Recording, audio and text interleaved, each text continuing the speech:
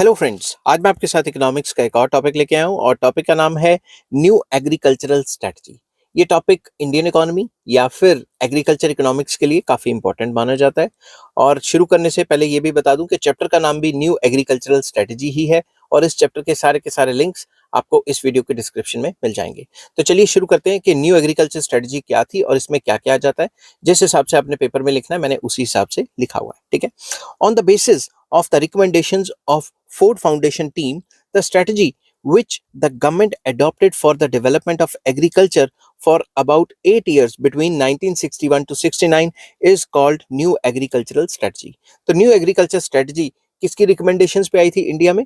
Ford Foundation team एक थी, उसकी फोर्ड फाउंडेशन टीम की स्ट्रेटजी जो थी उसकी मदद से ये गवर्नमेंट ने अडॉप्ट की थी न्यू एग्रीकल्चर स्ट्रेटजी और ये 8 साल तक तकरीबन फॉलो की गई थी, बल्कि आजकल भी फॉलो की जाती है पुरानी चीजें। बट 1961 से 69 तक तकरीबन 8 साल ये जो न्यू एग्रीकल्चर स्ट्रेटजी है इसको स्ट्रिक्टली फॉलो किया गया था, ठीक है। तो वो सारे प्लान्स, डेवलपमेंट प्लान्स जो कि एग्रीकल्चर को डेवलप करने के लिए फोर्ड फाउंडेशन टीम लेके आई थी 1961 से 69 के बीच में, उसे न्यू एग्रीकल्चर स्ट्रेटजी कहा जाता है। The objective of this strategy is to increase the agricultural production and productivity and improving the economic position of the farmers by making efficient use of agricultural inputs like better seeds, chemical fertilizers, agricultural credit, irrigation plant etcetera etcetera. तो main मकसद क्या था इस strategy को लाने का कि agriculture production and productivity बढ़ जाए और जो किसानों की, जो फार्मर्स हैं, उनकी इकोनॉमिक पोजीशन अच्छी हो जाए। किस तरीके से? बेटर सीड्स को यूज करके, हाई यील्डिंग वैरायटी सीड्स को यूज करके, केमिकल फर्टिलाइजर्स को यूज करके और किसानों को लोन देके या इरिगेशन फैसिलिटीज बढ़ा के या प्लांट को प्रोटेक्ट करके, मतलब पेस्टिसाइड एंड वो जो इंसेक्टिसाइड्स छिड़क के ताकि वो पौधा बच जाए, कीड़े कूड़े ना लग जाए उसके ऊपर। तो ये सारे जो चीजें हैं उसको फॉलो करके जो किसान की जो आमदनी है उसको बढ़ाने के लिए जो भी स्टेप्स लिए सरकार ने, उसको न्यू एग्रीकल्चर स्ट्रेटजी कहा जाता है। The main features of this new strategy are as follows. तो इसमें क्या क्या किया गया वो डिस्कस करते हैं। सबसे पहला, agricultural technique. New policy has lead stress on modern cultivation technique for increasing agriculture production. तो न्यू एग्रीकल्चर स्ट्रेटजी ने फोकस किया कि भाई जो मॉडर्न टेक्निक ऑफ प्रोडक्शन है उससे काम करो, जो पुराने काम करने के तौर तरीके हैं उनको छोड़ दो, ठीक है। It has emphasised on research and adoption of new methods of cultivation. तो नए नए तरीके से काम करो और जो रिसर्च हो रही है उस पर फोकस करो। जो रिसर्च जो कामयाब रहती है उस पे, उसके हिसाब से काम करो, ना कि जो ट्रेडिशनल तरीके आ रहे हैं उनके हिसाब से काम करो। तो सेकेंड है, हाई यील्डिंग वैरायटी सीड्स का इस्तेमाल करो, ठीक है। New agricultural strategy stressed on using high yielding variety seeds for increasing agricultural productivity या एग्रीकल्चर प्रोडक्टिविटी। तो अच्छी नस्ल के बीज इस्तेमाल करो ताकि एग्रीकल्चर की प्रोडक्शन एंड प्रोडक्टिविटी दोनों बढ़ सके। थर्ड आ जाता है plant protection. To protect plant from insects and weeds, stress is laid on plant protection in new agricultural strategy. तो प्लांट को प्रोटेक्ट करने के लिए काफी ज्यादा जो है जोर दिया गया ताकि कीड़े कूड़े ना लग जाए, ठीक है। इसके लिए क्या किया गया? For this use of pesticides is recommended. तो पेस्टिसाइड्स का यूज करना रिकमेंड किया गया, मगर आपको पता है पेस्टिसाइड्स भी एक लिमिट तक यूज कर सकते हैं। अगर कुछ ज्यादा यूज कर देंगे तो वो जो है हम कंज्यूम करते हैं, जो एग्रीकल्चरल आउटपुट है, तो हमारे लिए भी खराब होता है। तो उससे पहले इतना ज्यादा पेस्टिसाइड्स का यूज नहीं होता था, ठीक है। अब इसके मेरिट्स डीमेरिट्स भी हैं पेस्टिसाइड्स के यूज करने के, वो हम किसी और वीडियो में डिस्कस करेंगे। यहाँ पे हम ये डिस्कस कर रहे हैं कि न्यू एग्रीकल्चर स्ट्रेटजी में कौन कौन से स्टेप्स लिए गए। फोर्थ आ जाता है इरिगेशन फैसिलिटीज। इनको बढ़ाया गया ताकि पानी हर जगह मौजूद होगा, तो फिर तो किसान का फायदा ही है ना। किसान मतलब फसल कर सकता है 12 महीने। Irrigation facilities irrigation facilitates multiple cropping and reduces dependence on rain। अगर irrigation facilities होगी तो बारिश पे तो हमारी निर्भरता या डिपेंडेंस कम हो जाएगी ना। It also improves agriculture production and productivity, क्योंकि पानी मिलेगा तो एग्रीकल्चर प्रोडक्शन एंड प्रोडक्टिविटी दोनों बढ़ेंगी, सिंपल सी बात है। Extension of credit facilities, loans की फैसिलिटीज देना गरीब किसानों को ताकि वो नए नए मेथड्स जो है ट्रैक्टर खरीद सके या कोई मॉडर्न इंप्लीमेंट्स है वो यूज करके एग्रीकल्चर की प्रोडक्शन एंड प्रोडक्टिविटी को बढ़ा सके। New strategy emphasized on improving institutional credit facilities for the farmers. तो जो नई एग्रीकल्चर स्ट्रेटजी थी, इसने फोकस किया कि जो इंस्टीट्यूशनल क्रेडिट फैसिलिटीज हैं वो बढ़ाई जाएं, ताकि किसान लोकल मनी लेंडर से कर्जा कम ले। ठीक है, क्योंकि एक बार उसके कर्जे के जाल में फंस गया तो पूरी उम्र ही कर्जा देता रहेगा। Institutional credit includes credit from cooperative societies, regional rural banks and commercial banks. तो इंस्टीट्यूशनल क्रेडिट में जो कोऑपरेटिव सोसाइटीज आ जाती हैं, आरआरबीज, रीजनल रूरल बैंक्स और कमर्शियल बैंक्स आ जाते हैं। सरकार ने इनको बढ़ावा दिया ताकि ये लोन्स प्रोवाइड करा सके रूरल एरियाज में। अब कराए नहीं कराए ये मैं एग्रीकल्चर फाइनेंस का अलग टॉपिक है, उसमें डिस्कस करूंगा। सॉइल इंप्रूवमेंट, तो इसमें क्या है, new strategy stressed on checking soil erosion. New strategy जो थी, न्यू एग्रीकल्चर स्ट्रेटजी, ये लगातार चेक करती थी कि किसी किसी जगह पे सॉइल एरोजन तो नहीं हो रहा। It suggested ways for controlling water logging, salinity, alkalinity etcetera of the soil. तो ये लगातार कंट्रोल करती थी कि ऐसी ऐसी किसानों को मतलब एजुकेट करती थी कि भाई ऐसी सिचुएशन ना होने दो जिससे पानी एक जगह इकट्ठा हो जाए या दलदल बन जाए या जमीन खराब हो जाए। ठीक है, या फिर जो सॉइल इरोजन हो जाए, उसके लिए वेरियस स्टेप्स किसानों को बताती थी। ठीक है, इससे भी एग्रीकल्चर की प्रोडक्शन एंड प्रोडक्टिविटी बढ़ जाती है। इंस्टीट्यूशनल रिफॉर्म्स, इसमें क्या आया, new policy lays stress on institutional reforms as well. तो इसने कहा कि जो इंस्टीट्यूशन चल रहे हैं एग्रीकल्चर में पुराने जमाने से, जो ब्रिटिशर्स के टाइम से चल रहे हैं, उनको खत्म करना चाहिए और एग्रीकल्चर को और ज्यादा इंप्रूव करना चाहिए। इसमें क्या क्या गया, it aims at abolishing the intermediaries, giving ownership rights to actual cultivators. तो इन्होंने क्या किया, जो एक्चुअल कल्टीवेटर है उनको ओनरशिप के राइट दिए, बजाय इसके कि जो जमींदारी सिस्टम चल रहा था। ठीक है, making the size of farm holding economic. अगर आपका जो साइज ऑफ लैंड है वो कम है, उसको बढ़ाया गया, अगर ज्यादा है तो कम किया गया, ताकि इतना हो जाए कि आप अच्छे से संभाल सकें और एग्रीकल्चर प्रोडक्शन एंड प्रोडक्टिविटी बढ़ सके। Distributing agricultural land equitably distribute किया। तो जो इनइक्वालिटीज थी वो पहले से कम आई। अब एग्जैक्टली किया नहीं किया उसके ऊपर भी काफी लंबी डिबेट है, वो मैं लैंड रिफॉर्म्स के चैप्टर में आपके साथ डिस्कस करूंगा। ठीक है, तो safeguarding the interest of cultivators and encouraging cooperative farming. तो सरकार ने कई इंस्टीट्यूशनल चेंजेस लाए, जमींदारी सिस्टम खत्म किया, सीलिंग ऑन लैंड होल्डिंग्स वगैरह किया, या फिर जो कोऑपरेटिव फार्मिंग है उसको एनकरेज किया, और भी कई हैं लैंड रिफॉर्म्स जिसकी वजह से एग्रीकल्चर प्रोडक्शन एंड प्रोडक्टिविटी को बढ़ावा मिला। ठीक है, नेक्स्ट आ जाता है multiple cropping. Under this policy development of multiple cropping has been stressed in place of single cropping. एक सिंगल क्रॉप उगाने की बजाय आप साल में 2 3 4 क्रॉप उगाओ, लगातार उगाओ। ठीक है, as a result proper use of agriculture land will be made possible. अगर एक साल में एक ही क्रॉप लगाएंगे तो भाई ऐसी तैसी हो जाएगी, तो बाकी टाइम तो जमीन फ्री रहेगी। तो मल्टीपल क्रॉपिंग उगाओ ताकि आपको सारा साल जो है आप जमीन से मतलब कुछ ना कुछ माल बनाते रहें, कुछ ना कुछ आउटपुट प्रोड्यूस करते रहें। इससे प्रोडक्शन एंड प्रोडक्टिविटी दोनों बढ़ेंगी। नेक्स्ट आ जाता है coordinated programme, very important. As per this policy, in order to develop agriculture, various programmes regarding the agricultural development should be coordinated. तो जो भी प्रोग्राम सरकारें बना रही हैं, सेंट्रल गवर्नमेंट, स्टेट गवर्नमेंट और जो लोकल लेवल पे जो आ रही हैं, उनमें आपस में कोऑर्डिनेशन बहुत जरूरी है। It aims eight coordinating all programmes of rural development and getting the cooperation of the people for plans relating to agricultural development.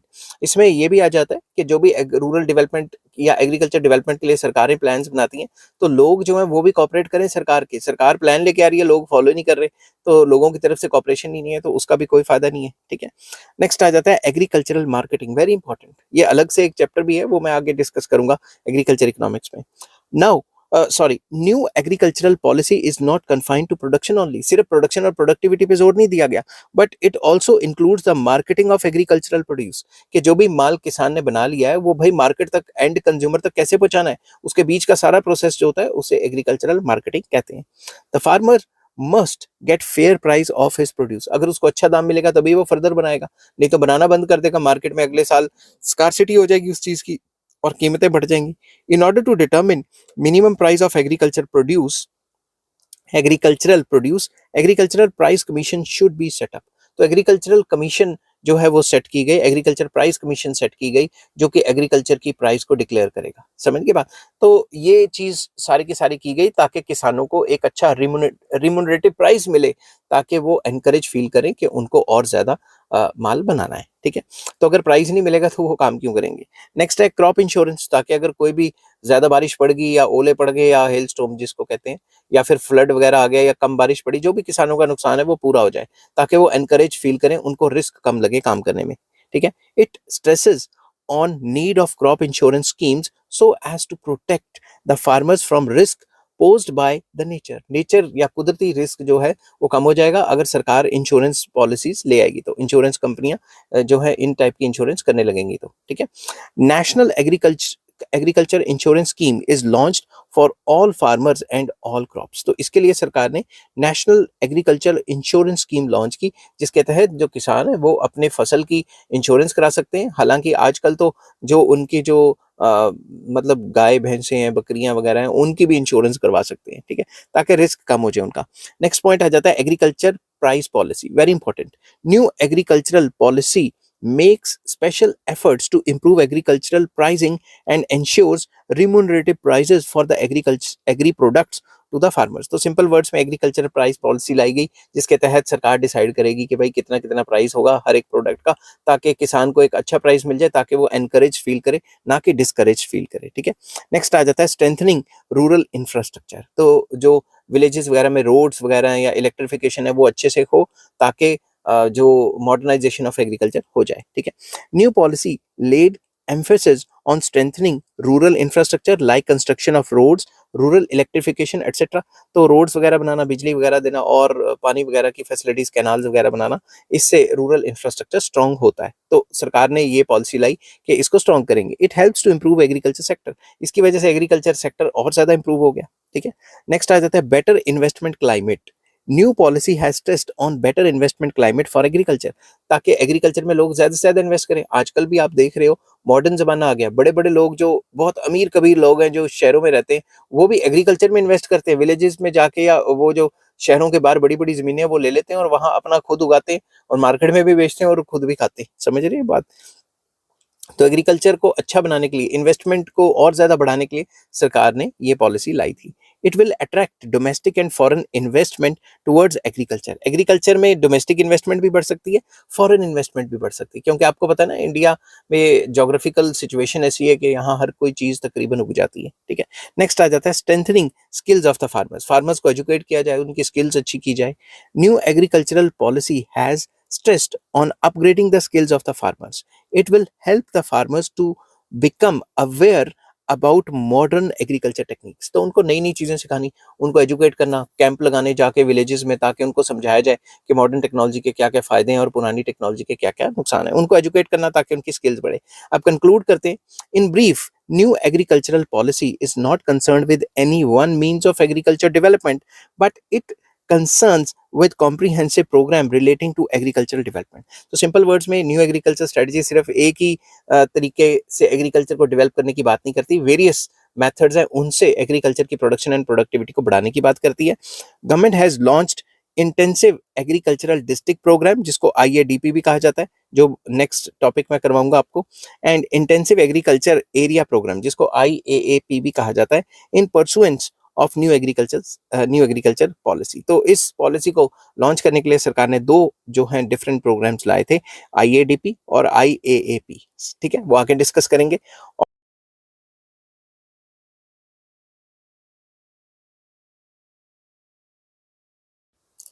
Hello friends, आज मैं आपके साथ इकोनॉमिक्स का एक और टॉपिक लेके आया हूँ और टॉपिक का नाम है इंटेंसिव एग्रीकल्चरल डिस्ट्रिक्ट प्रोग्राम, जिसको IADP भी कहा जाता है। ये क्या होता है ये डिस्कस करेंगे और इसके अंदर क्या क्या चीजें आ जाती हैं और जिस हिसाब से आपने पेपर में लिखना है मैंने उसी हिसाब से अटेम्प्ट किया हुआ है। शुरू करने से पहले बता दूं कि चैप्टर का नाम है न्यू एग्रीकल्चर स्ट्रेटजी और इस चैप्टर के सारे लिंक्स आपको इस वीडियो के डिस्क्रिप्शन में मिल जाएंगे। चलिए शुरू करते हैं। On the basis of recommendations of the Ford Foundation team in 1960-61 intensive agricultural district programme was launched. तो जो फोर्ड फाउंडेशन टीम है उसकी रिकमेंडेशंस के ऊपर गवर्नमेंट ने इंटेंसिव एग्रीकल्चर डिस्ट्रिक्ट प्रोग्राम, जिसको IADP कहा जाता है, उसको लॉन्च कर दिया। इसमें क्या क्या किया?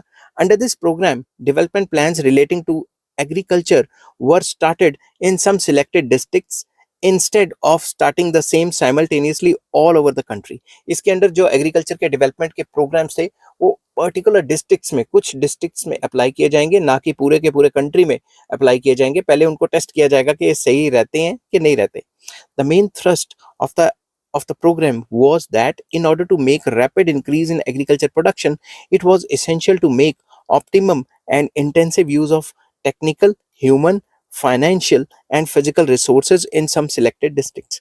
तो कुछ सिलेक्टेड डिस्ट्रिक्ट्स में fuller utilisation of technology, fuller utilisation of human beings मतलब human skills, fuller utilisation of finance और फिजिकल रिसोर्सेज का फुली यूटिलाइज करके एग्रीकल्चर प्रोडक्शन एंड प्रोडक्टिविटी में क्या असर पड़ता है पर्टिकुलर डिस्ट्रिक्ट्स में, ये देखा जाएगा। ठीक है, eight the same time normal effects with regard to normal effects with regard to increase in agriculture production throughout the country are continue. तो बाकी जो जगह है इन फ्यू डिस्ट्रिक्ट्स को छोड़ के बाकी जगह पे जैसे नॉर्मल काम चल रहा था वैसे ही चलाएंगे। ठीक है, ताकि देखें कि भाई कोई एग्रीकल्चर प्रोडक्शन प्रोडक्टिविटी में इंक्रीज आता भी है कि नहीं। The programme was called intensive agricultural district program because it was launched in some selected districts of the country। पूरे कंट्री में नहीं लॉन्च किया गया, कुछ सिलेक्टेड डिस्ट्रिक्ट्स में ही किया गया। अब इसका क्राइटेरिया क्या था? Criteria for selecting districts for आईएडीपी।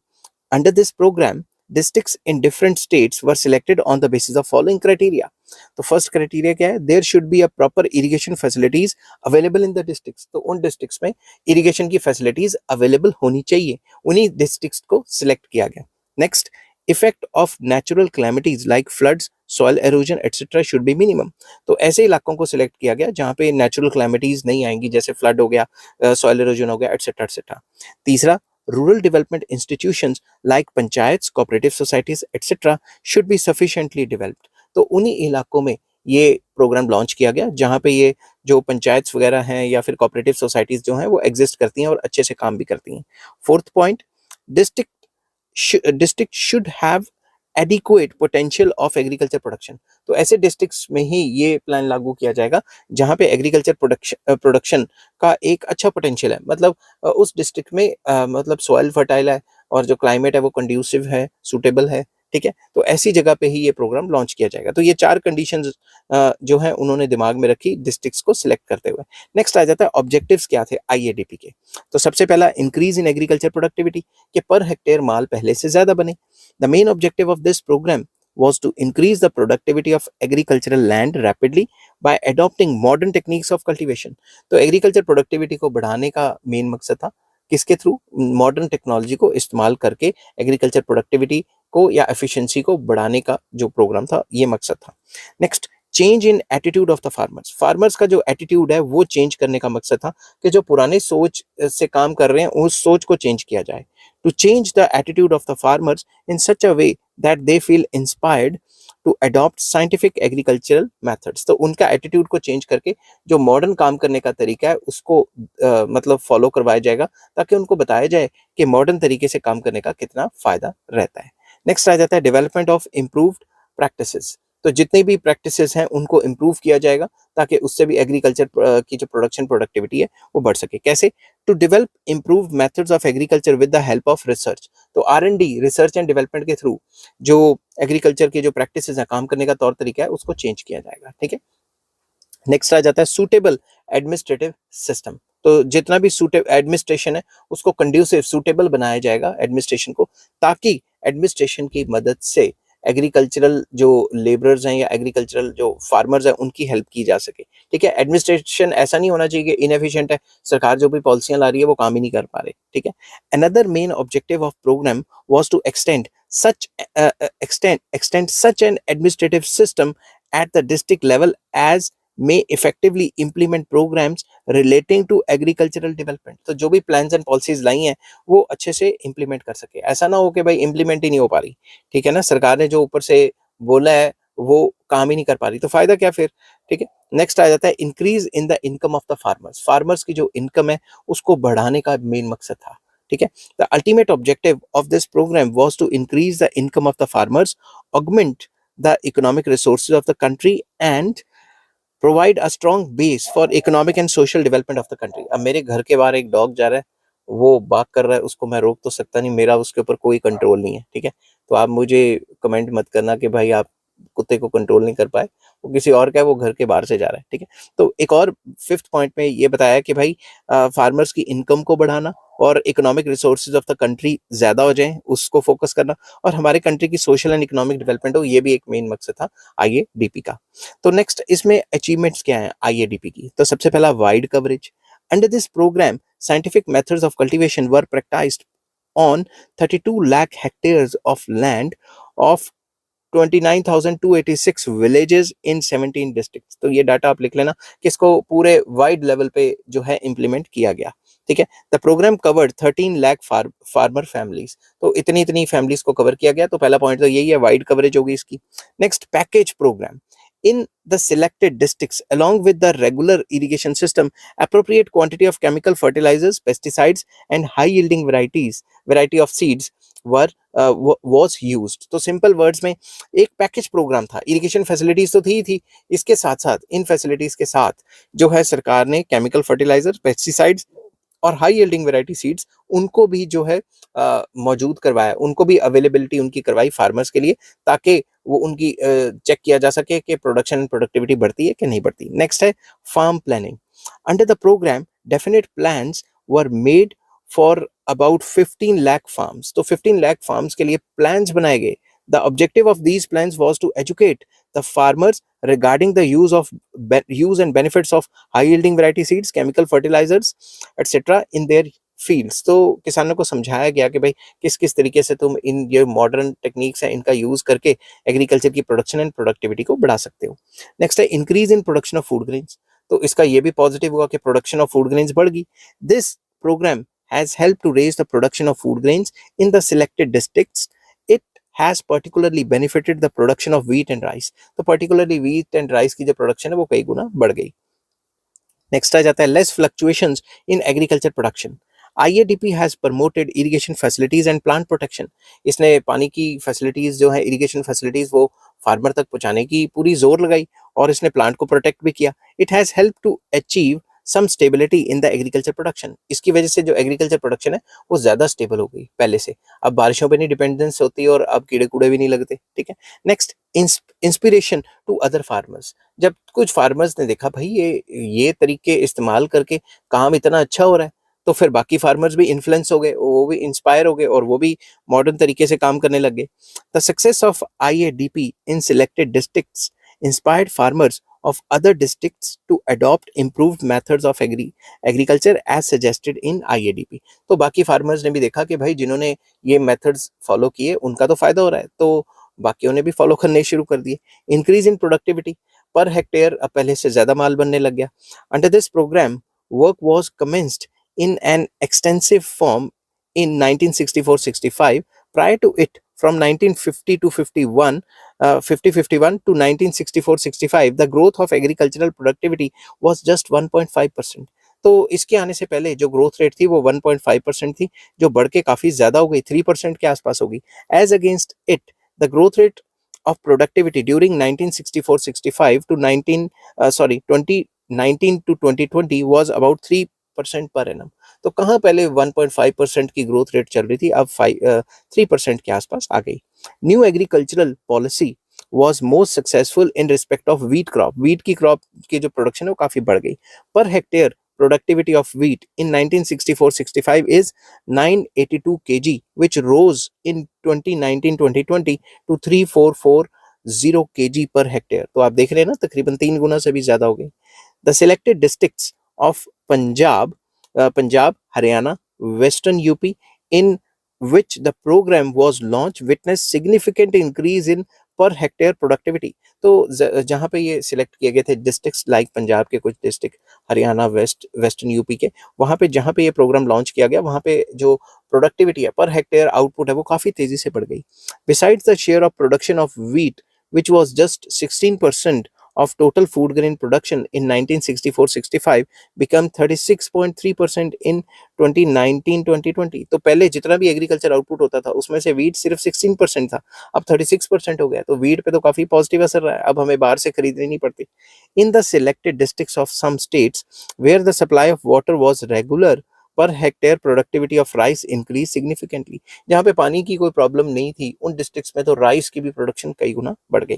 तो यहाँ पे ये लिखा है कि भाई प्रोडक्टिविटी पर हेक्टेयर जो माल बनता था पहले उससे कई गुना ज्यादा बनना शुरू हो गया। Change in outlook of cultivator, cultivator की सोच चेंज होगी। अब वो कहता है मॉडर्न टेक्निक का तो फायदा है। As a result of new agricultural policy, outlook of the cultivator towards agriculture has change. उसका नजरिया चेंज हो गया फार्मर का। No farmer were in this policy has been enforced, उनको एनफोर्स नहीं किया गया एज अगेंस्ट इट। ठीक है, जो उसकी जो व्यूज थे उसको जबरदस्ती नहीं एनफोर्स किया गया कि तुम ऐसे करो। ठीक है। Rich farmers have installed tubewells and are making increasing use of high yielding variety seeds, chemical fertilisers, pesticides etcetera. जो रिच फार्मर्स थे उन्होंने तो शुरुआत में ही ये सारे मेथड्स फॉलो करने शुरू कर दिए थे। Even poor farmers have now started using using the new technique of cultivation. तो जो पुअर फार्मर्स है उन्होंने भी देखा कि जब इसका फायदा हो रहा है इस इन टेक्निक्स का, तो हम भी फॉलो कर लें। अब क्या इसके फायदे ही फायदे हैं? नहीं, हर एक चीज के कुछ फायदे और क्रिटिसिज्म तो होता ही है। तो अब हम इसमें क्रिटिसिज्म भी डिस्कस करेंगे कि क्या क्या नुकसान रहे इसके, ठीक है, या इससे क्या क्या नहीं हो पाया। तो पहला आ जाता है no separate strategy for drought prone areas. जहां पे सूखा पड़ता था उनके लिए तो कोई स्पेशल स्ट्रेटजी लेके नहीं आए। हर एक चीज देख ली कि डिस्ट्रिक्ट पे सही लगी वो सब पे अप्लाई कर देंगे, तो वो रिजल्ट्स नहीं ना आएंगे। IADP was successful only in irrigated areas, ठीक है, जो इरिगेशन जहां पे फैसिलिटी है वहीं पे ही ये सक्सेसफुल रहा। It was not much successful in dry and drought prone areas like Pali in Rajasthan. It was so because no separate strategy was made for dry areas. Dry areas के लिए कोई अलग से तो स्ट्रेटजी बनाई नहीं थी इन्होंने, तो जो ड्राई एरियाज थे उनके ऊपर ये जो प्रोग्राम है वो फेल हो गया। नेक्स्ट आ जाता है much use of chemical fertilisers and pesticides. भाई इतना ज्यादा केमिकल फर्टिलाइजर और पेस्टिसाइड छिड़केंगे तो एनवायरमेंट तो खराब हो जाएगा और हमें भी बीमारियां लग सकती हैं। समझ रहे हो ना बात? तो IADP stressed on the chemical fertilisers and pesticides but their use is not environment friendly and crops produced with their excessive use are not good for health. हम खाएंगे तो हमें भी कैंसर कुंसर हो जाएंगे क्योंकि इतनी ज्यादा वो पेस्टिसाइड छिड़की होंगी उसके ऊपर। नेक्स्ट आ जाता है not much gainful for poor farmers. कैसे? Small and marginal farmers have not gained much from IADP as they cannot afford expensive seeds, fertilizers, pesticides and expensive agriculture equipment। तो उनके पास तो इतना पैसा ही नहीं है कि मॉडर्न टेक्नोलॉजी को खरीद पाए, तो उनको तो इतना बेनिफिट हो ही नहीं पाया।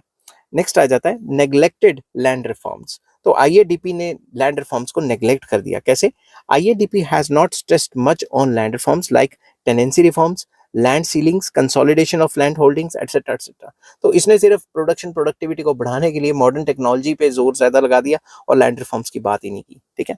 तो नेक्स्ट आ जाता है इंक्रीज इन अनएम्प्लॉयमेंट। अनएम्प्लॉयमेंट बढ़ गई, कुछ लोगों का मानना है। क्यों? क्योंकि ट्रैक्टर से काम कराएंगे तो लोग अनएम्प्लॉयड हो जाएंगे। IADP has promoted the use of modern machines like tractors, harvesters, threshers, etc. It has rendered many agricultural laborers unemployed. तो ये भी माना जाता है कि कई जो एग्रीकल्चरल लेबर्स थे उनको बेचारों को काम छूट गया क्योंकि मॉडर्न टेक्नोलॉजी से काम कर रहे हैं, तो फिर जो एग्रीकल्चर लेबर का काम करते थे उनको काम मिलना बंद हो गया, ठीक है। तो आई होप ये वीडियो आपको पसंद आई होगी।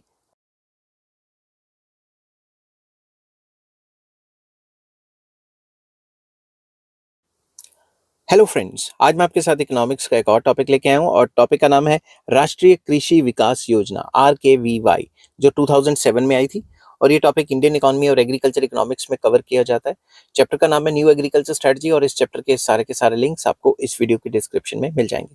तो चलिए शुरू करते हैं कि ये क्या क्या था, इसमें क्या क्या आ जाता है, वो पूरा मैंने डिस्कस किया हुआ है। राष्ट्रीय कृषि विकास योजना came into force in August 2007। RKVY helped in achieving growth rate of 3.7% in achieving production during 11th plan period against the target of 4% per annum। तो जो हमें टारगेट था 4% का, उसके अगेंस्ट 3.7% इसने अचीव कर लिया था, ठीक है। तो RKVY scheme was continued for 12th plan also. तो ये स्कीम को 12th प्लान में भी फॉलो किया गया। In 12th plan it was targeted to achieve 4% annual growth in agriculture. तो मेन मकसद था कि एग्रीकल्चर को 4% से ग्रो करना। The agriculture rate of production, the growth rate of agriculture production in 12th plan was 2.8% per annum। बल्कि 4% की जगह 2.8% per annum ही हम हासिल कर पाए। In 2019-2020 growth rate of agriculture production was 3.3%। तो जो 2019-2020 का डाटा है उसके हिसाब से 3.3% ही ग्रोथ रेट हो पाया एग्रीकल्चर प्रोडक्शन में। The main objectives of this scheme, ये जो RKVY स्कीम थी, इसके मेन ऑब्जेक्टिव्स क्या थे वो डिस्कस करते हैं। To increase the public investment in agriculture, agriculture में लोगों की इन्वेस्टमेंट को बढ़ावा देना, उनको बढ़ाना। टू प्रिपेयर, सेकेंड आ जाता है to prepare regional plans for agriculture depending upon climatic conditions, natural resources, availability of technology etcetera. तो हर एक रीजन के लिए अलग अलग प्लान्स बनाना, क्योंकि हर एक रीजन का क्लाइमेट अलग होता है, नेचर ऑफ रिसोर्सेज या नेचुरल रिसोर्सेज अलग होते हैं और टेक्नोलॉजी की अवेलेबिलिटी भी अलग अलग होती है। तो हर एक रीजन के लिए अलग से प्लान बनाना। नेक्स्ट थर्ड पॉइंट आ जाता है to focus attention on enhancing agriculture productivity. तो एग्रीकल्चर प्रोडक्टिविटी को इंक्रीज करने के लिए भी प्लान्स बनाना, मतलब पर हेक्टेयर ज्यादा माल बनाने के लिए प्लान्स बनाना। To maximise the returns of the farmers. Farmers जो पैसा लगा रहे हैं, इन्वेस्ट कर रहे हैं, उनके रिटर्न्स को बढ़ाना ताकि वो एनकरेज फील करें, ठीक है। एनकरेज फील करेंगे तो और ज़्यादा लोग आएंगे। To provide flexibility and autonomy to states in the process of planning and executing agricultural या एग्रीकल्चर रिलेटेड स्कीम्स। तो प्रोवाइड कराना, जो स्टेट्स हैं उनको थोड़ी फ्रीडम देना। सेंट्रल गवर्नमेंट स्टेट गवर्नमेंट्स को फ्लेक्सिबिलिटी या फ्रीडम देगी कि तुम अपने लोकल लेवल पे प्लान्स कर सकते हो एग्रीकल्चर के रिलेटेड, ताकि काम अच्छा हो जाए एग्रीकल्चर का। अब इसके कंपोनेंट्स या एक्टिविटीज कौन सी हैं, इसके अंदर क्या क्या कवर होता है वो बताऊंगा। फर्स्ट पॉइंट आ जाता है integrated development of major food crops. तो जो मेजर फूड क्रॉप्स हैं उन पे जोर दे के उनकी हाई यील्डिंग वैरायटी सीड्स वगैरह निकालनी और वो किसानों को पहुंचानी, ठीक है। For improving production of food grains such as wheat, paddy, coarse cereals, and pulses, oilseeds, etc., etc. High yielding variety seeds are developed. तो इनके जो high yielding variety seeds हैं उनको develop किया जाएगा ताकि production improve हो. Farmers are imparted training for enhancing agricultural productivity. तो agriculture productivity को improve करने के लिए farmers को जो है training वगैरह दी जाएगी. नेक्स्ट आ जाता है एग्रीकल्चर मैकेनाइजेशन, मतलब मशीनों का इस्तेमाल कराना। Assistance is provided for farm mechanisation. तो फार्म को और ज़्यादा मैकेनाइज्ड किस तरीके से बनाया जा सकता है उनको सिखाना, और इनके लिए जो मशीन्स वगैरह इनके लिए लोन्स वगैरह भी देना। Enhancement of soil health, it includes measures like use of appropriate fertilizers, promotion of organic farming, setting up more soil testing centers, providing soil health cards to farmers, etc., etc. तो soil की health को maintain करने के लिए सरकार ने इस programme के अंदर वेरियस स्टेप्स लिए, जिसमें क्या आ जाता है कि कितना फर्टिलाइजर यूज करना है और कैसे कैसे ऑर्गेनिक फार्मिंग को प्रमोट करना है ताकि ज़मीन खराब ना हो जाए ज़्यादा पेस्टिसाइड फर्टिलाइजर छिड़क के और इंसेक्टिसाइड्स छिड़क के। और सॉइल टेस्टिंग सेंटर्स बनाएगी सरकार, जिसमें सॉइल को टेस्ट किया जाएगा और देखा जाएगा कि इसके लिए कौन सी क्रॉप बेस्ट रहती है, और प्रोवाइड किए जाएंगे सॉइल हेल्थ कार्ड फार्मर्स को, ठीक है। नेक्स्ट आ जाता है डेवलपमेंट ऑफ वेस्ट लैंड। जो वेस्ट लैंड पड़ा है उसकी भी डेवलपमेंट होगी ताकि जो अनयूटिलाइज्ड चीज है उसको भी यूटिलाइज किया जा सके। Unutilised land has been brought under cultivation so as to increase the area for cultivation. तो एरिया फॉर कल्टिवेशन को बढ़ाने के लिए जो फालतू पड़ी है जमीन उसको भी एग्रीकल्चरल लैंड में कन्वर्ट करना। Special dry farming techniques have been developed for drought prone areas and desert areas. तो desert area और drought prone areas जो हैं जहाँ पे पानी की कमी है उनके लिए अलग से प्लान बनाए गए इस पॉलिसी के अंडर। नेक्स्ट आ जाता है एग्रीकल्चरल रिसर्च की गई। Centre government supports state governments for undertaking agricultural research projects and for development of irrigation facilities. तो इरिगेशन फैसिलिटीज और ये जो एग्रीकल्चर है उसके ऊपर नए नए प्रोजेक्ट्स के ऊपर रिसर्च की, यही जो सेंट्रल गवर्नमेंट है वो स्टेट गवर्नमेंट्स की हेल्प करेगी ताकि नई नई रिसर्च सामने आए और जो रिसर्च सामने आए वो पूरे कंट्री पे लागू किए जा सके, ठीक है, कंसर्न्ड एरियाज में। नेक्स्ट आ जाता है इंटीग्रेटेड पेस्ट मैनेजमेंट स्कीम। इसमें क्या हुआ, for promoting agricultural productivity special schemes have been formulated for pest management. Pest जो पड़ जाते हैं, कीड़े कूड़े लग जाते हैं, उनके लिए एक स्पेशल प्रोग्राम खोला गया, स्कीम्स खोली गई। कैसे, farmers are imparted training for pest control techniques. Farmers को ट्रेनिंग दी गई कि किस तरीके से ये जो पेस्ट्स हैं इनको कंट्रोल किया जा सकता है और कितना पेस्टिसाइड यूज करना है कितना नहीं करना। Next, strengthening agricultural marketing infrastructure. जो मार्केटिंग इंफ्रास्ट्रक्चर है उसको मजबूत करना, तभी तो अच्छा प्राइस मिल पाएगा ना किसान को अपनी चीज का। Financial assistance is provided for setting up of cold storages and strengthening agricultural mandis. Mandis को स्ट्रॉन्ग किया गया और सरकार ने कोल्ड स्टोरेज की फैसिलिटीज प्रोवाइड की। जो कोई कोल्ड स्टोरेज खोलना चाहता है उसको सब्सिडीज वगैरह दी। Main agricultural markets have been interconnected through internet. Internet के थ्रू भी आपको आजकल पता है कि जो फार्मर्स हैं वो अपना सामान बेच सकते हैं, ठीक है। Main agri markets are being professionally manage. तो बेसिकली जितनी भी एग्री मार्केट्स हैं, मंडीज वगैरह हैं, वो प्रोफेशनली मैनेज की जाती हैं। बोर्ड, मंडी बोर्ड्स वगैरह होते हैं वो उनको मैनेज करती हैं। तो मार्केटिंग अच्छी करेंगे तो प्राइस अच्छा मिलेगा, तो फार्मर ऑब्वियस है अपने आप ही आएगा काम करने। Next, skill development for improving the skills of farmers training arrangements are made. तो उनको एजुकेट किया गया, ठीक है ना, ज़्यादा से ज़्यादा उनको स्किल्स डेवलपमेंट के प्रोग्राम्स लाए गए ताकि उनको पता तो लगे उनको करना क्या है, ठीक है। ऐसा नहीं है कि किसान को नहीं पता क्या करना है, मगर मॉडर्न टेक्नोलॉजी के साथ क्या करना है उसके बारे में बताया गया। Next, promotion of horticulture. Assistance is provided for nursery development and horticulture.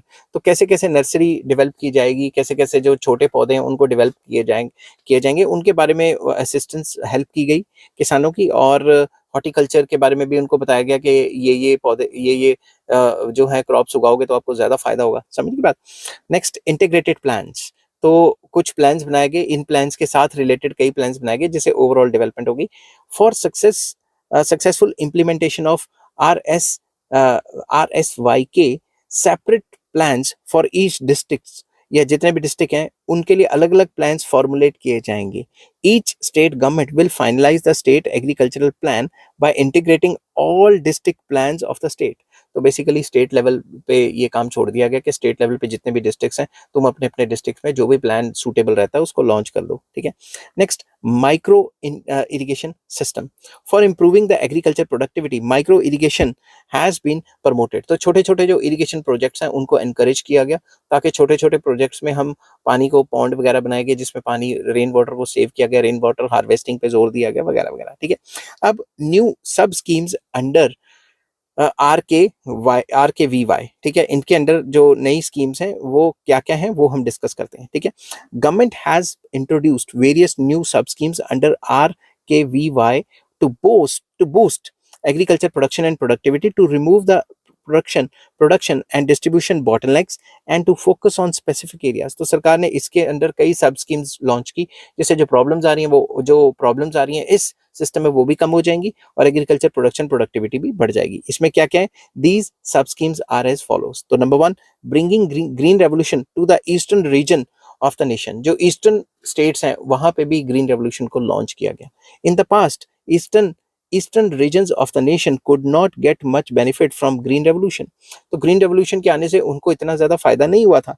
So special efforts have been made to extend green revolution to the eastern region of the country, comprising of Bihar, Jharkhand, eastern UP, Odisha, Odisha निकल जाता है क्योंकि पहले इसका नाम ओडिशा ही था, Odisha, waste Bengal, Assam etcetera. तो जो भी ईस्टर्न स्टेट्स हैं उनके ऊपर भी ग्रीन रेवोल्यूशन को लागू किया गया ताकि वहां पे भी प्रोडक्शन एंड प्रोडक्टिविटी बढ़ सके।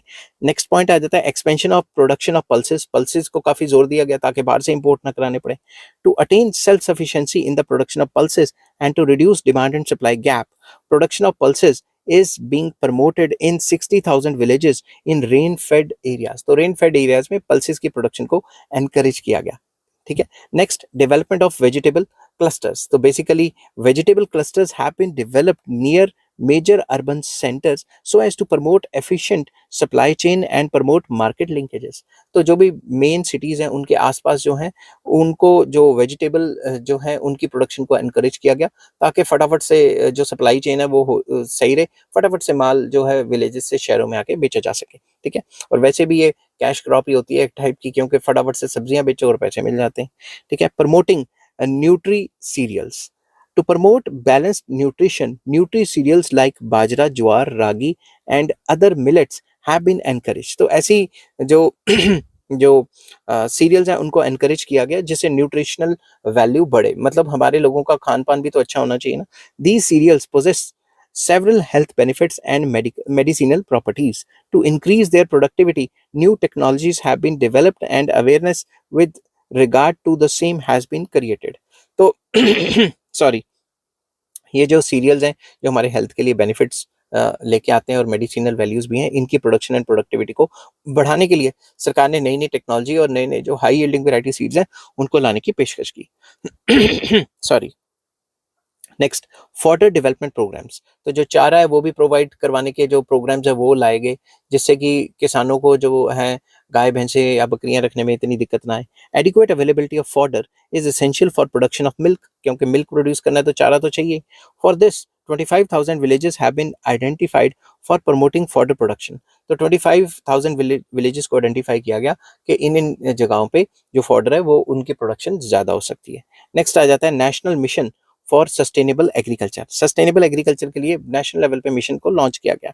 इसके ऊपर मैं अलग से भी क्वेश्चन मैंने बनाया हुआ सस्टेनेबल एग्रीकल्चर पे, उसका भी लिंक आपको इस वीडियो के डिस्क्रिप्शन में मिल जाएगा। To promote deterioration of soil health and to maximise crop yields in the long run, organic farming methods have been promoted। Traditional farming practices like green manuring have been promoted and biological methods of pest control are adopted। तो sustainable agriculture को promote किया गया ताकि ये ना हो कि जो फार्म प्रोड्यूस है वो मतलब खाते ही हम ही बीमार हो जाएं उल्टा। तो जो पुराने तरीके थे जैसे खाद वगैरह यूज़ करना, ऑर्गेनिक फार्मिंग करना, ट्रेडिशनल मेथड्स जो हैं उनको फॉलो करके कैसे जो है पेस्ट को कंट्रोल किया जा सकता है और बायोलॉजिकली किस तरीके से प्रोडक्शन एंड प्रोडक्टिविटी बढ़ाई जा सकती है, उसके बारे में सिखाया गया। किसमें? सस्टेनेबल एग्रीकल्चर में। Next, crop diversification. ठीक है, एक ही क्रॉप नहीं लगानी, कई क्रॉप डाइवर्स लगाई गई ताकि एक आधी क्रॉप खराब भी हो जाएगी तो कोई दिक्कत नहीं होगी। In order to encourage farmers to choose alternative crops, crop diversification scheme is promoted. ठीक है, it will help the agricultural fields to regain the soil fertility. एक ही क्रॉप उगाते रहेंगे तो सॉइल फर्टिलिटी डाउन चली जाएगी। मल्टीपल क्रॉप्स लगाएंगे, डाइवर्सिफाई करेंगे तो जो जमीन की जो फर्टिलिटी है वो इतनी तेजी से नहीं गिरेगी, वो नॉर्मल रहेगी। ठीक है, आई होप ये वीडियो आपको पसंद आई होगी। अगर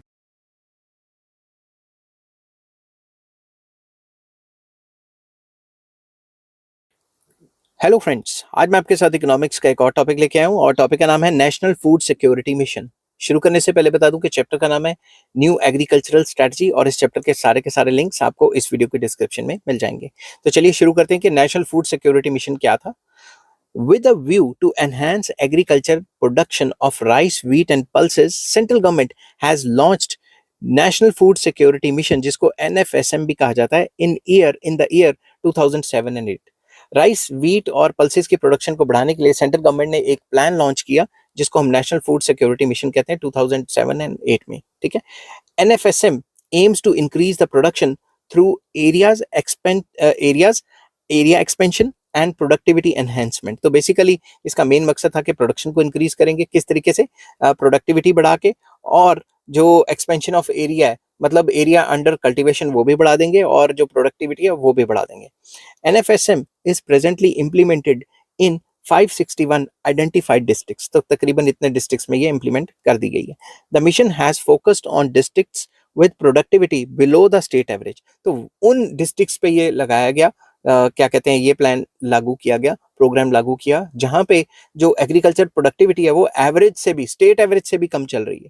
ठीक है, जहां पे प्रोडक्टिविटी खराब है वहां पे ये लॉन्च किया गया। ठीक है, a program called accelerated pulses production program, जिसको A3P भी कहा जाता है, has been launch in 2010-11 under NFSM। तो इसके अंडर A3P प्रोग्राम भी ला गया जहां पल्सेस के प्रोडक्शन को काफी तेजी से बढ़ाया जाएगा। Through technological upgradation good impact has been made under NFSM on increase of agriculture production। तो इसके अंदर टेक्नोलॉजिकल अपग्रेडेशन की उन पर्टिकुलर डिस्ट्रिक्ट्स में जिसकी वजह से एग्रीकल्चर प्रोडक्शन काफी तेजी से बढ़ी। Significant progress was achieved in the production of pulses. वही जो पल्सेस है उसकी प्रोडक्शन कई गुना बढ़ गई। In 12th plan it was targeted to enhance agricultural production of rice by 10 million tons, production of wheat by 8 million tons, and coarse grains and pulses by 3 million tons and 4 million tons respectively under NFSM। तो 12th plan के अंदर ये सारे चीजें discuss की गई कि जो राइस है उसकी जो प्रोडक्शन है 10 मिलियन टन से बढ़ा देनी है, जो व्हीट है उसकी 8 मिलियन टन, और जो कोर्स ग्रेन्स है उसकी 3 मिलियन टन एंड पल्सेस की 4 मिलियन टन से बढ़ा देनी है। तो बेसिकली ये पूरा का पूरा जो नेशनल फूड सिक्योरिटी मिशन है ये उन डिस्ट्रिक्ट्स पे लागू किया गया जहां पे जो प्रोडक्शन एंड प्रोडक्टिविटी है वो स्टेट की जो एवरेज चल रही है उस स्टेट की उससे भी कम है, ताकि प्रोडक्शन एंड प्रोडक्टिविटी को बढ़ाया जा सके और फूड सिक्योरिटी जो है वो लागू की जा सके। सिंपल वर्ड्स में ये ना हो कि हमें बाहर से, फॉरेन कंट्री से ये सामान मंगा के खाना पड़ रहा है। ठीक है,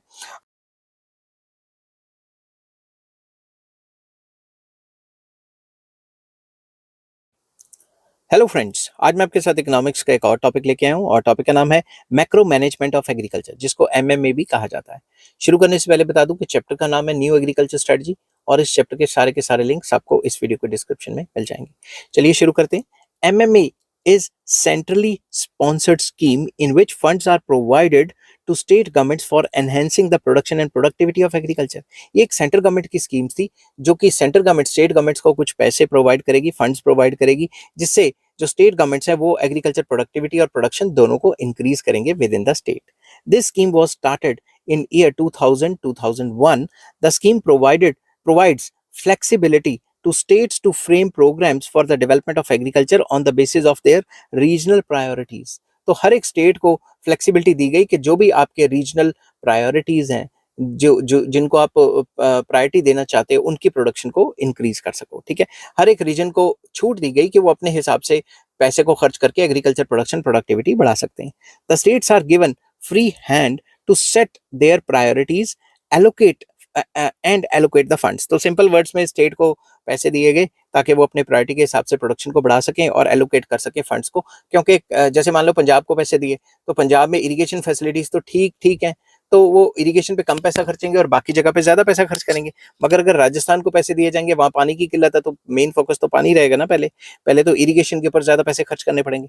इन the year 2008-2009 this scheme was revised to achieve basic objective of food security and to improve the livelihood of the poor. तो बेसिकली इस स्कीम को 2008-2009 में इसको रिवाइज कर दिया गया और मेन फोकस कर दिया गया कि भाई फूड सिक्योरिटी करो, ये ना हो हमें बाहर से मंगा मंगा के सामान खाना पड़े।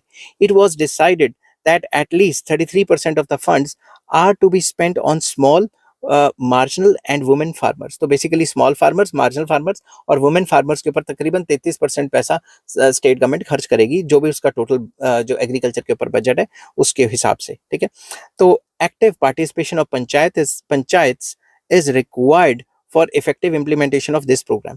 तो इस प्रोग्राम को अच्छे से लागू करने में पंचायतों का काफी इंपॉर्टेंट रोल रहता है।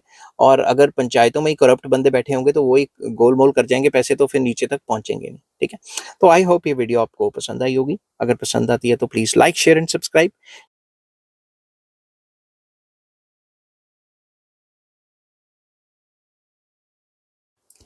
हेलो फ्रेंड्स, आज मैं आपके साथ इकोनॉमिक्स का एक और टॉपिक लेके आया हूँ और टॉपिक का नाम है कॉर्पोरेटाइजेशन ऑफ एग्रीकल्चर। शुरू करने से पहले बता दूं कि चैप्टर का नाम है न्यू एग्रीकल्चर स्ट्रेटजी और इस चैप्टर के सारे लिंक्स आपको इस वीडियो के डिस्क्रिप्शन में मिल जाएंगे। तो चलिए शुरू करते हैं। जिस हिसाब से मैंने पेपर में आपने अटेम्प्ट करना है उसी हिसाब से मैंने लिखा है। In corporatization of agriculture, corporate bodies that is companies undertake agriculture activities. तो इसके अंडर एक सरकार प्लान बना रही है कि जो कॉर्पोरेटाइजेशन ऑफ एग्रीकल्चर है इसके अंडर जितनी भी कॉर्पोरेट बॉडीज हैं, कंपनीज हैं, वो एग्रीकल्चरल एक्टिविटीज को अंडरटेक कर लें। ठीक है, इससे क्या होगा, पॉजिटिव नेगेटिव वो सारा का सारा बताऊंगा। ठीक है, दीज कंपनीज ईदर परचेज और obtain on long term lease the large chunk of agricultural land. तो ये या तो परचेज कर लेंगे या लीज पे ले लेंगे जमीन, काफी जो बड़ी जमीन होगी उसको। In this land very large sized agriculture farms are develop. तो इसमें बड़ी जमीन ले लेंगे, काफी ज्यादा जमीन ले लेंगे, इस पे लार्ज साइज एग्रीकल्चर फार्म्स बनेंगे। बेसिकली यूरोपियन कंट्रीज में और वेस्टर्न वर्ल्ड में ऐसा ही होता है। ठीक है, agricultural inputs like high yielding variety seeds, fertilisers, pesticides etcetera are purchased in bulk. तो बल्क में परचेज किए जाएंगे जिसके कारण उनकी कॉस्टिंग कम पड़ जाएगी। Advance technology is used for performing various agricultural operations. तो जो भी एग्रीकल्चर ऑपरेशंस होंगे उनमें मॉडर्न टेक्नोलॉजी का इस्तेमाल किया जाएगा, एडवांस टेक्नोलॉजी का।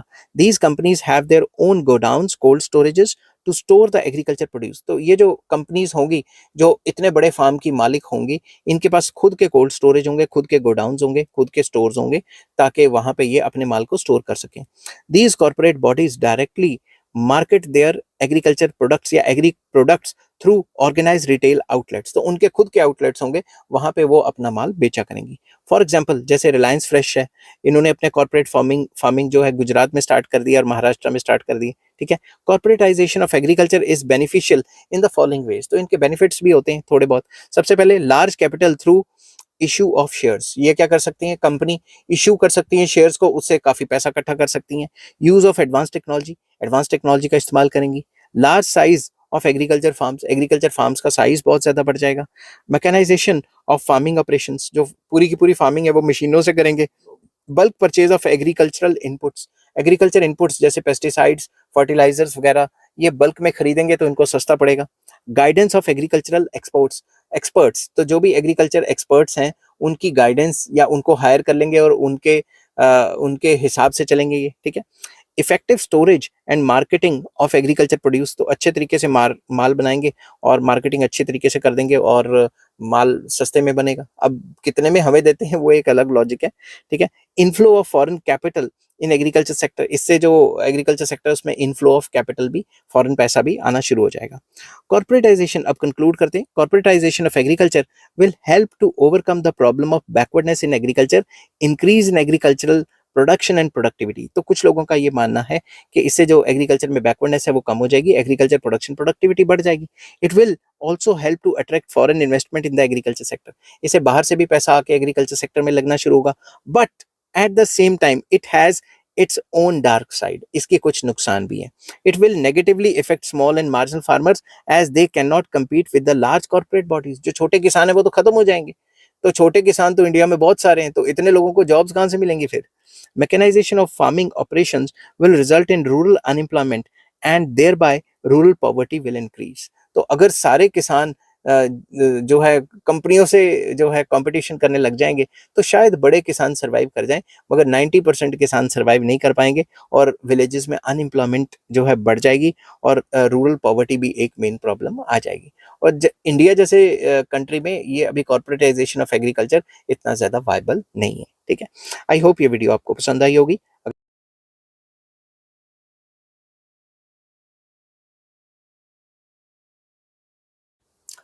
हेलो फ्रेंड्स, आज मैं आपके साथ इकोनॉमिक्स का एक और टॉपिक लेके आया हूँ और टॉपिक का नाम है सस्टेनेबल एग्रीकल्चरल ग्रोथ या फिर सस्टेनेबल एग्रीकल्चर क्या होता है और किस तरीके से इसको किया जाता है। ये पूरा का पूरा डिस्कस करूंगा, जिस हिसाब से आपने पेपर में लिखना है मैंने उसी हिसाब से लिखा हुआ है। शुरू करने से पहले बता दूं कि चैप्टर का नाम है न्यू एग्रीकल्चरल स्ट्रेटजी और इस चैप्टर के सारे लिंक्स आपको इस वीडियो के डिस्क्रिप्शन में मिल जाएंगे। तो चलिए शुरू करते हैं। Sustainable agricultural growth means achieving higher growth rate in agriculture sector and maintaining their higher growth rate in long run. तो बेसिकली इसका मतलब क्या है कि एग्रीकल्चर ग्रोथ रेट को हायर लेवल पे लेके जाना और उस ग्रोथ रेट को मेंटेन करना लगातार।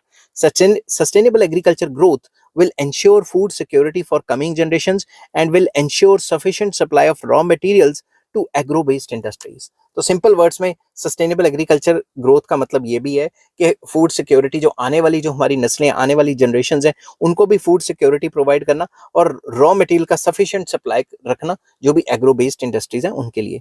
To meet the growing demand of food on account of increase in population and increase in demand for more nutritious diet on account of rising standard of living of the masses, sustainable agriculture growth is must. तो जैसे जैसे population बढ़ रही है वैसे वैसे खाने की डिमांड बढ़ रही है और जैसे जैसे और ज्यादा न्यूट्रिशियस फूड की डिमांड बढ़ रही है वैसे वैसे सस्टेनेबल एग्रीकल्चर को ग्रो करना काफी जरूरी है। समझिए बात। तो need for sustainable agriculture growth, हमें क्यों चाहिए सस्टेनेबल एग्रीकल्चर ग्रोथ, उसके कुछ पॉइंट्स है। Number one, to meet rising demand for food items. तो खाने की डिमांड तो लगातार बढ़ती जा रही है क्योंकि पॉपुलेशन बढ़ रही है। In India, population size is very enormous and growth rate of population is also high. तो population की growth rate भी ज्यादा है और population भी ज्यादा है। To meet the demand for food in long run, we have to ensure sustainable agriculture growth। तो long term में डिमांड बढ़ती रहे, डिमांड बढ़ेगी फूड की और इस डिमांड को पूरा करने के लिए जो सस्टेनेबल एग्रीकल्चर ग्रोथ है वो काफी जरूरी है। World Bank has estimated that demand for agricultural products will grow globally by 70% by 2015, and in developing economies like India it is expected to grow by 100%, that is by 2050 we have to double our agriculture production to feed the growing population of the country। तो world bank का ये कहना है कि globally पूरे world में जो agriculture की जो डिमांड है, गुड्स की, जो एग्रीकल्चर प्रोडक्ट्स की जो डिमांड है वो 2050 के आसपास 70% बढ़ जाएगी और इंडिया में ये डबल हो जाएगी। तो इतनी डबल प्रोडक्शन करनी है तो हमें सस्टेनेबल एग्रीकल्चर के मेथड्स को फॉलो करना ही पड़ेगा ना, ताकि एग्रीकल्चर की प्रोडक्शन और प्रोडक्टिविटी दोनों बढ़ाई जा सके। नेक्स्ट है to sustain higher level of growth. तो हायर लेवल ऑफ ग्रोथ को सस्टेन करने के लिए भी सस्टेनेबल एग्रीकल्चर काफी जरूरी है। ठीक है, तो development of agricultural sector in which about 46.2% of population of the country is engaged is of great significance to achieve higher level of growth in the economy। तो सिंपल वर्ड्स में agriculture को develop करना काफी जरूरी है sustainable तरीके से, क्योंकि एग्रीकल्चर में अगर आप देखो एग्रीकल्चर सेक्टर के अंदर 46.2% पॉपुलेशन एंगेज्ड है, इसीलिए ये एक जॉब प्रोवाइडिंग सेक्टर भी है। तो इसलिए हम इसको इग्नोर नहीं कर सकते। इसकी ग्रोथ होगी तो समझ लो 46%, 46.2% लोगों के पास पैसा आएगा तो पूरा देश भी तो ग्रो करेगा। Growth of other economic sectors that is industry and service is also dependent on agriculture sector. अगर एग्रीकल्चर सेक्टर खाना ही ना बनाए तो फिर बाकी सेक्टर्स की ग्रोथ में प्रॉब्लम आ जाएगी। Demand for the industrial goods and services and service sector also depend upon the increase in the income of the persons engaged in agriculture sector। अगर एग्रीकल्चर सेक्टर के लोगों की इनकम बढ़ेगी तभी तो वो टीवी, फ्रिज लेंगे, इंश्योरेंस पॉलिसीज लेंगे, या ट्रांसपोर्ट कम्युनिकेशन फैसिलिटीज लेंगे, तो सर्विस सेक्टर और इंडस्ट्रियल सेक्टर दोनों के दोनों एग्रीकल्चर सेक्टर पे डिपेंडेंट है.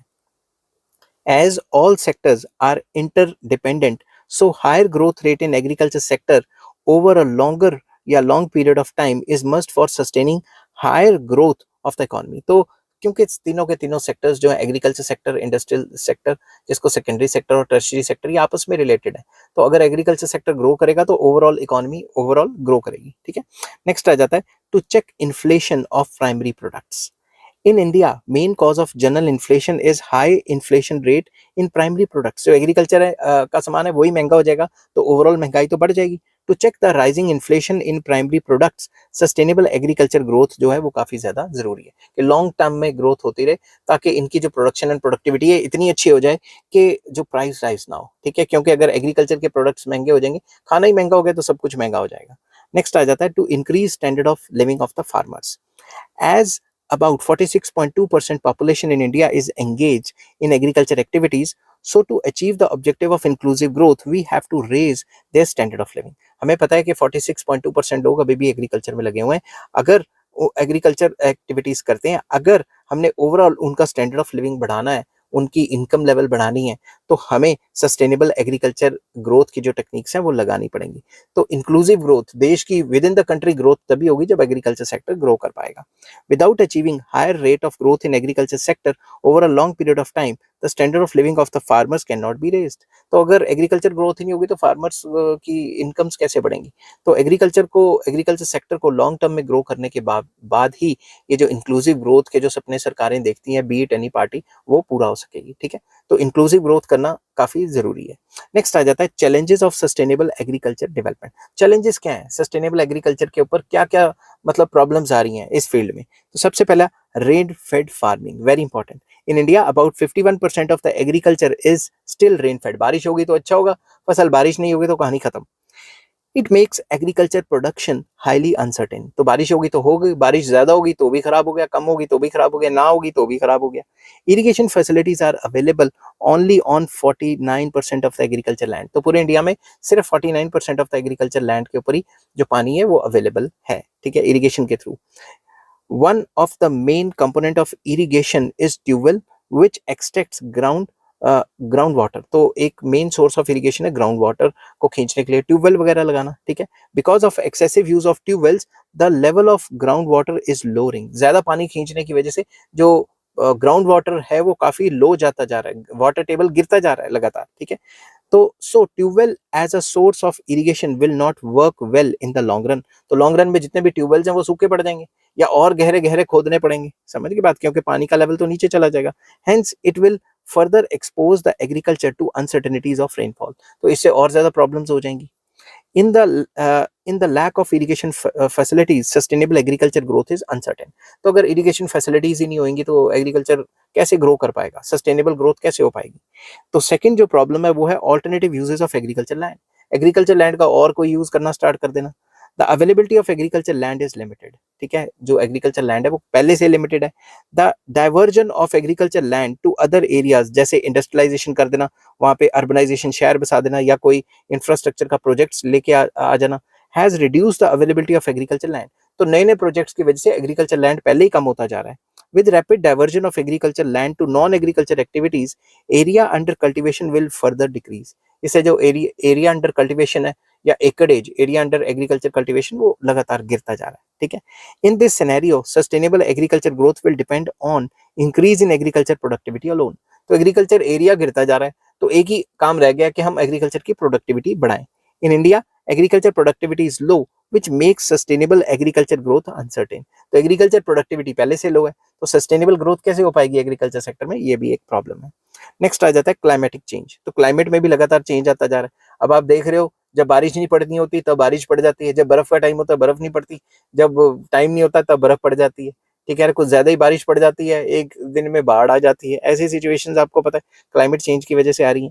With rising global temperature rainfall has become irregular and extremes in weather has increased. तो extreme weather जो है लगातार increase होता जा रहा है. These variations sometimes result in drought like situation. At other times excessive rainfall causes flood. तो कभी कभी बारिश ही नहीं पड़ती, सूखा पड़ जाता है, कभी कभी फ्लड्स आ जाते हैं. Irregular rainfall, drought, floods etcetera pose threat to sustainable development. तो इसमें जो सस्टेनेबल एग्रीकल्चर डेवलपमेंट है, इसके ऊपर भी ये एक थ्रेट है कि क्लाइमेट लगातार चेंज होता जा रहा है। नेक्स्ट पॉइंट आ जाता है less investment in agriculture sector. In India, investment in agriculture sector is not given priority in comparison to other sectors, जैसे कि industrial sector and service sector. तो एग्रीकल्चर सेक्टर में इन्वेस्टमेंट को कोई प्रायोरिटी नहीं देता, बाकी सेक्टर्स को प्रायोरिटी देते हैं। Economic planning has also failed to attract investment in agriculture sector. तो इकोनॉमिक प्लानिंग भी है, उसने भी फेल कर दिया to attract the investment in agriculture sector. ठीक है, तो जो इतने प्लान्स बनाए सरकार ने, उससे भी कोई फायदा नहीं हो सका कि लोग ज्यादा से ज्यादा इन्वेस्टमेंट बढ़ाएं एग्रीकल्चर सेक्टर के अंदर। Foreign investment and domestic corporate investment in agriculture sector is very low. तो फॉरेन इन्वेस्टमेंट यहाँ पे कम है, और क्योंकि सरकार ने अभी वो एरियाज खोले नहीं है इतने ज्यादा कि बाहर से कंपनियां आके अपने कॉर्पोरेट जो है कॉर्पोरेट सेक्टर के थ्रू इतना ज्यादा फार्म्स खरीद सके। And in the lack of investment the growth in agriculture sector is slow.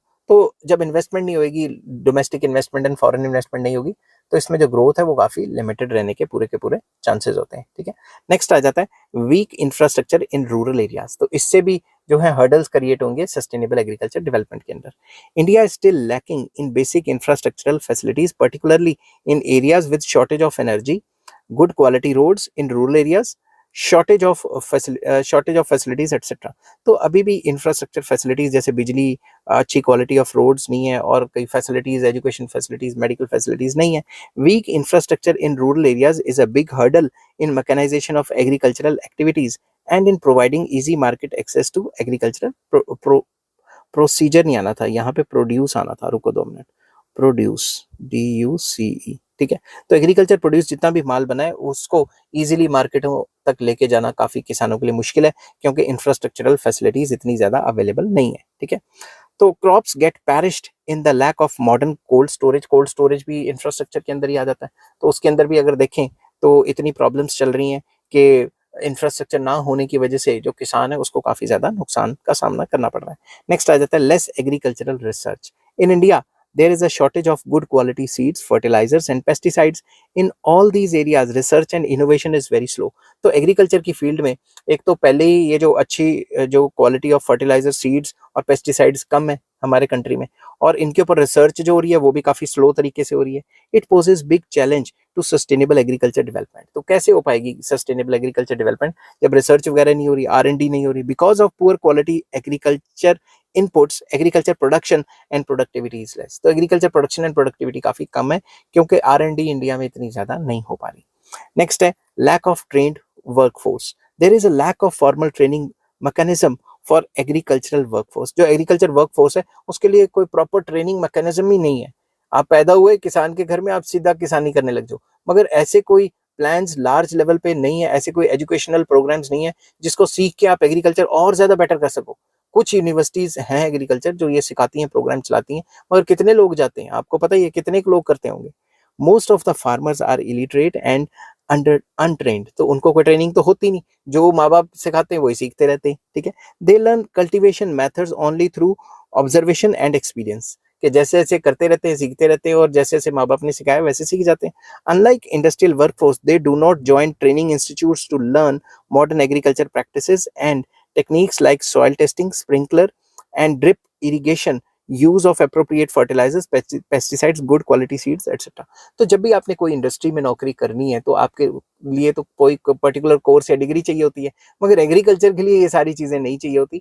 तो उनको ये जो मॉडर्न टेक्निक्स हैं वो सीखने में काफी प्रॉब्लम रहती है। तो आई होप ये वीडियो आपको पसंद आई होगी। अगर पसंद आती है तो please like, share and subscribe. Chapter का नाम था न्यू एग्रीकल्चर स्ट्रेटजी, और इस चैप्टर के सारे लिंक्स आपको इस वीडियो के डिस्क्रिप्शन में मिल जाएंगे। Take care, bye bye.